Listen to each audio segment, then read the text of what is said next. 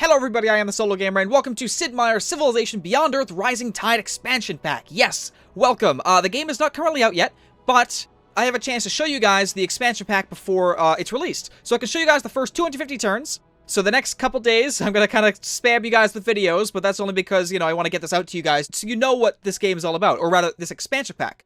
Now, my criticism on Beyond Earth before this was rather bleak. I'm gonna be honest, but this expansion pack has added so many new things, and it's actually added more depth to the game than I thought, would have happened. So I am extremely excited to say that my opinions of Beyond Earth have drastically changed.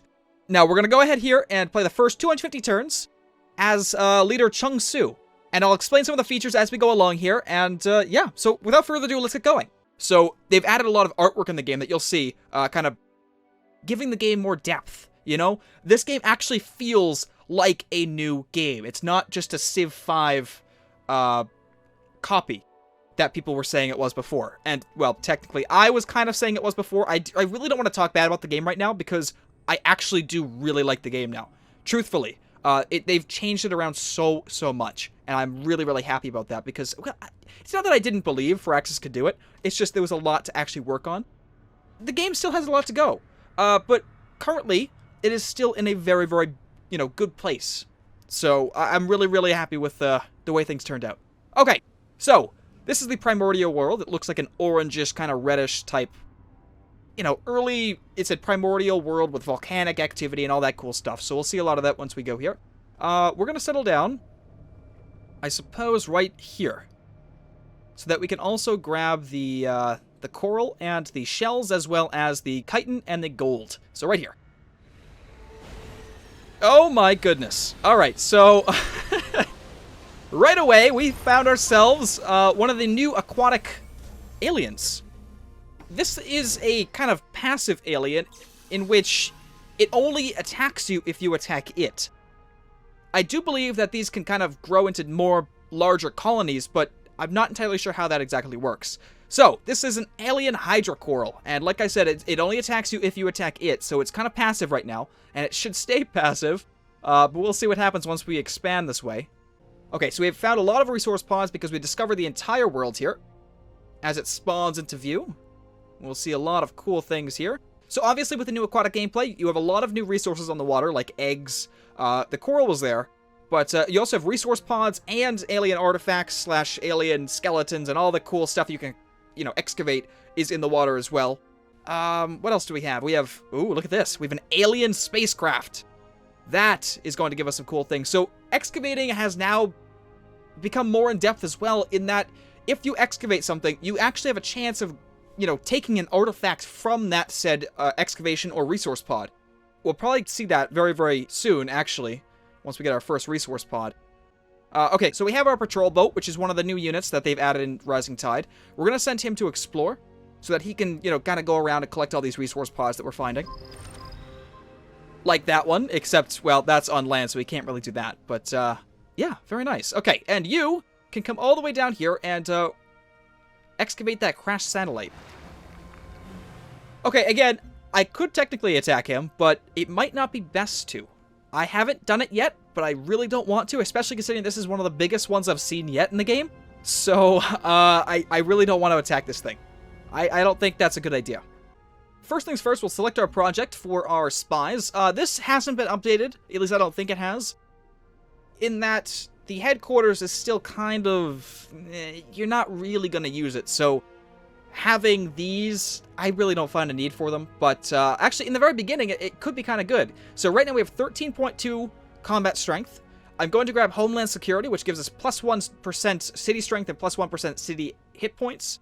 And considering we start with an agent, we don't need him now, I could do that. So yeah, you're just going to stay in the headquarters, and we'll see if that actually does anything once that is active. Okay, choose production. So, one of the greatest things about aquatic cities is that you can move them. The only way to expand your tiles without, purchasing the tiles is to move your city. You can actually expand the 6 tiles in any direction that your city is moving. So if you move to this coral, you're going to grab these 3 tiles right here. And so on and so forth. That's the only way to, passively... Well, it's not really passive, because it takes production and it takes turns to actually move your city. So that's the only way to really expand your city without actually, like I said, purchasing the tiles, which can be expensive, I think. Yeah, 115 energy just to buy one tile is a lot. 50 for this resource one, really? Oh. Okay, I'm not entirely sure what dictates how expensive they are, but I just like moving my cities around. So technically, I could move this city away from the hydrocoral to prevent danger in the future, so I can move him one step this way, or, you know, even farther, really, if I wanted to. The great thing about that is that the tiles that you already own don't disappear. You still own them. It's just you're moving your city away. So it's actually one of the coolest ways to actually expand your city's reach. And, yeah, I quite like it. So we have to actually unlock a tech for that, which is, of course, down in Planetary Survey. Allows amphibious trade, which is also a new thing that I'll get to in a bit. And allow aquatic cities to move into ocean tiles. So we'll actually move down this way. I want to grab pioneering as well because of the trading, stuff like that. So we'll do that. And, yeah. So now production. Let's see. Right. So I'm actually going to go ahead and grab... Let's go ahead and grab an old Earth relic first. And then we'll grab another patrol boat. So we'll add that to the queue. Nope, nope, nope, nope, nope. Hang on. Add to the queue. Another patrol boat, because there's a lot of stuff out there, and we want to really just, you know, send out two just to kind of go out there and collect all the resource pods and all that good stuff before anybody else does, really. Okay, now as you may notice, there is a little symbol down here by the old Earth relic, and that's called Capital. That's a new resource in the game that actually handles diplomacy. Diplomacy was expanded on immensely in this game. We've been talking about a more complex diplomacy for Civ 5 for a long time, and they finally did it in Beyond Earth.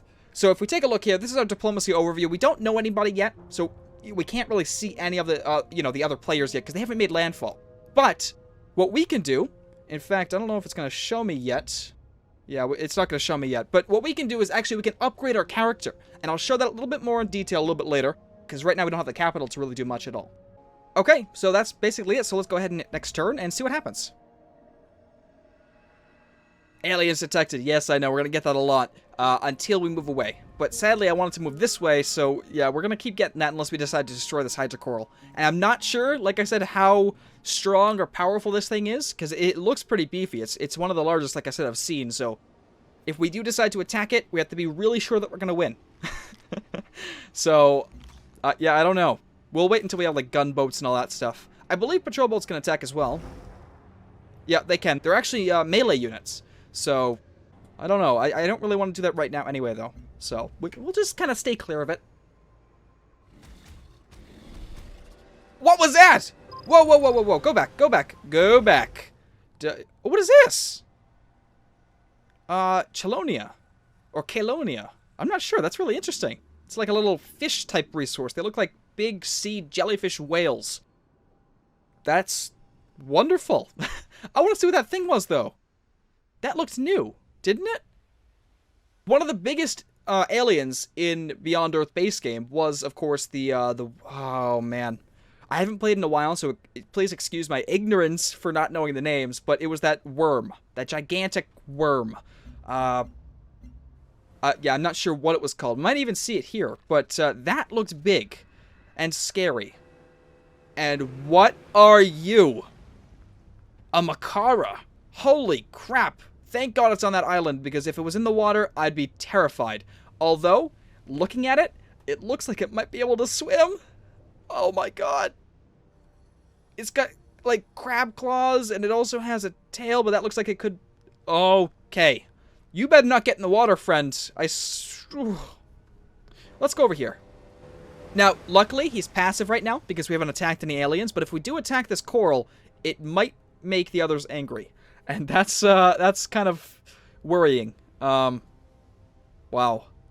Okay, so this right here is an alien nest in the water.